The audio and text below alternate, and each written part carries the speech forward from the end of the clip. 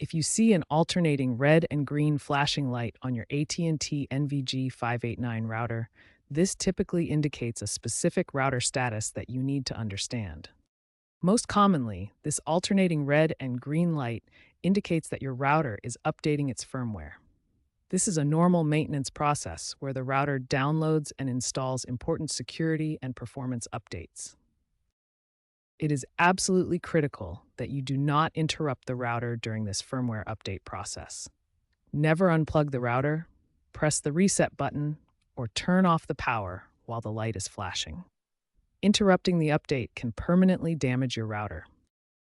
However, if the alternating red and green flashing persists for an extended period, typically over 30 minutes, or occurs outside of normal update times, this may indicate a problem that requires troubleshooting.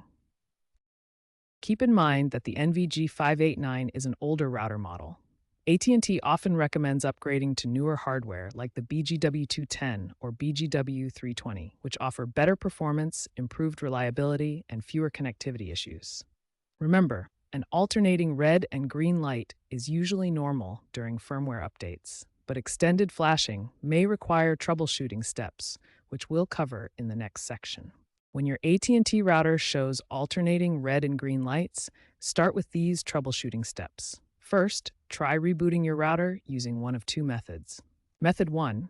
Press and hold the power button on the back of your router for 30 seconds, then turn it back on. Method 2.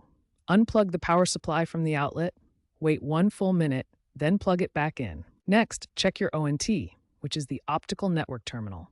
This small white or gray box is usually located in a utility room, garage, or basement. Look for 3 important lights on the ONT: a power light, a fiber connection light, and a light showing the connection to your router.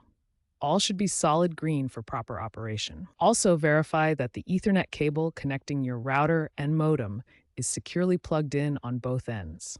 A loose connection can cause connectivity issues. If these steps don't resolve the issue, and only as a last resort, perform a factory reset. Use a straightened paper clip to press and hold the reset button for at least 10 seconds. Warning: a factory reset will erase all your settings. You'll need to reconfigure your Wi-Fi network name, password, and all other custom settings after the reset is complete. If the problem continues after trying these steps, contact AT&T customer service. They can perform equipment inspection, check your cables, and provide further assistance or recommend equipment upgrades if necessary.